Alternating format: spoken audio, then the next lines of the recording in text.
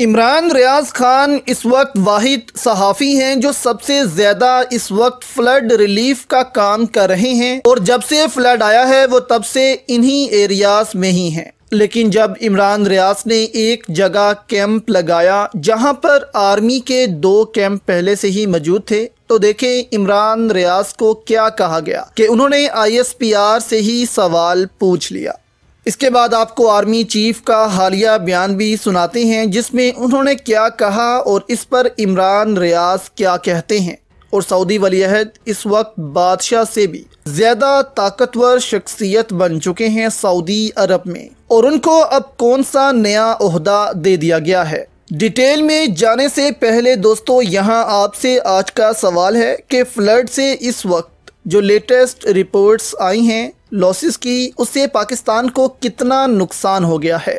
आपके ऑप्शंस हैं $25 billion, $27 billion, $28 billion या फिर $33 बिलियन। इमरान रियाज खान इस वक्त पंजाब, सिंध, KP के हर जगह गए हैं और रिलीफ का काम किया है। सिंध में तो उन्होंने कहा कि बहुत बुरा हाल है, वहाँ पर हुकूमत नज़र ही नहीं आती। इमरान रियाज पेशावर भी गए, वहाँ भी रिलीफ का काम किया। अब जैसे कि पाक फ़ौज भी बढ़ चढ़ कर हिस्सा ले रही है फ्लड रिलीफ में और इन एरियाज में मदद कर रहे हैं जहाँ पर लोगों के घर बार सब कुछ डूब गया है, वहाँ पर ज़्यादा मदद की जा रही है। अब पेशावर में जब इमरान रियाज ने अपना कैंप लगाया तो क्या वाक़या पेश आया वहाँ पर, इस पर इमरान रियाज भी बोल पड़े। उन्होंने कहा कि पेशावर में जिस जगह पाक फ़ौज और दीगर तंजीमों ने इमदादी कैंप लगाए वहां हमारी टीम ने कैंप लगाया तो इसे उखाड़ने का कहा जा रहा है कि आप पहले अपनी सिक्योरिटी क्लियरेंस करवाएं। DG ISPR साहब, क्या हम भारत या इसराइल से आए हैं क्या? अब 2 दिन कबल उन्होंने ये ट्वीट किया और ISPR से कहा कि क्या हम इसराइल से आए हैं। अब आपकी राय में दोस्तों क्या ऐसा होना चाहिए था कि जो मदद करने आए हैं उनको मदद नहीं करने दी जा रही?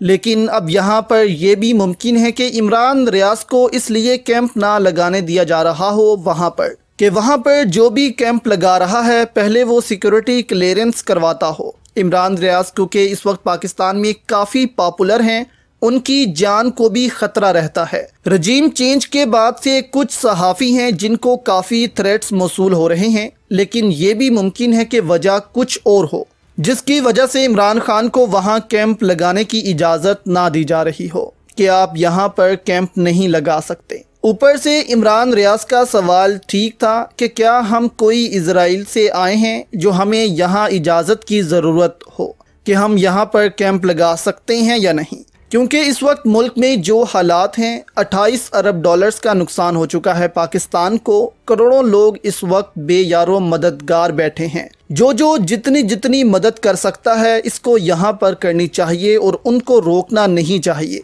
क्योंकि क्या पता किसी के एक राशन बैग से पूरे घर वालों का पेट भर जाए। दूसरी जानिब दोस्तों आर्मी चीफ के बयान का स्क्रीनशॉट इस वक्त वायरल हो रहा है जिसमें वो कहते नजर आ रहे हैं कि बाहर बैठकर गालियां देने वाले अनकरीब कानून की गिरफ्त में होंगे। इस पर इमरान रियाज ने कहा कि सर ऐसा ना करें, इन्हें तो हुकूमत मिल गई है।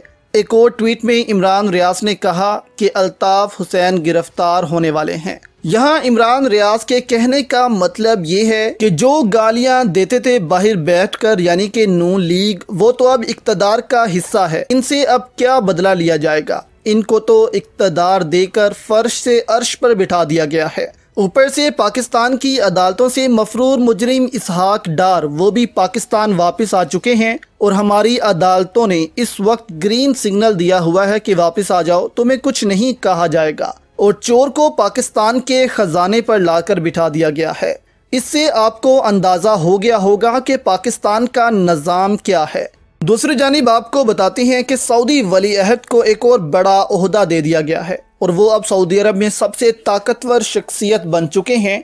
और कई लोग तो ये कह रहे हैं कि वो अब सऊदी बादशाह से भी ज़्यादा ताकतवर हैं सऊदी अरब में। सऊदी फरमारवा शाह सलमान बिन अब्दुल अजीज़ ने वली अहद मोहम्मद बिन सलमान को सऊदी अरब का वज़ीर आज़म मुकर्रर कर दिया है। सऊदी प्रेस एजेंसी की रिपोर्ट के मुताबिक खादिमुल हरमैन शरीफैन ने काबीना में तब्दीली का फरमान जारी कर दिया और मोहम्मद बिन सलमान को सऊदी अरब का वज़ीर आज़म बना दिया। शाही फरमान के मुताबिक सऊदी फरमा रवां की ज़ेर सदारत होने वाले कैबिनेट इजलास में वली अहद मोहम्मद बिन सलमान के बतौर वज़ीर आज़म तकर्री अमल में आई। इस मौका पर सऊदी फरमा रवां शाह सलमान की तरफ से वज़रा पर मुश्तमिल काबीना की भी तश्कील नौ की गई। सऊदी फरमा रवां की तरफ से जारी एक फरमान में शहजादा खालिद बिन सलमान को वज़ीर दिफा मुकर्रर किया गया है, जबकि यूसुफ बिन अब्दुल बिन मोहम्मद को वज़ारत तालीम का कलमदान दिया गया है। जबकि ये भी वाज़ेह रहे कि शहजादा सलमान अभी भी वली अहद ही हैं और वो इस वक्त सऊदी अरब की सबसे ताकतवर शख्सियत कहलाई जाती हैं, जो कि पूरे मुल्क का निज़ाम संभालते हैं। बादशाह सिर्फ बराए नाम अब रह गए हैं